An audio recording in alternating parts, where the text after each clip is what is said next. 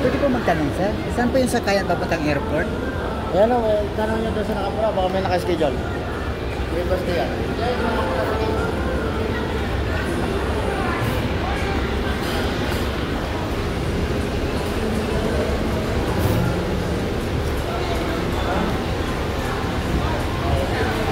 Ma'am, tanong ko lang. Saan po yung sakayan papuntang Boarding airport? pass. Papuntang airport po. At kinandyan na po ito. Wala pa yung airport. Sa ulog. Andiyan na po yung siya po kausap ko sa airport. Upo ka muna sir. Wala pa po yung airport. Ikaw po, pasok na ma'am. Nandiyan na po yung sa ulog pass.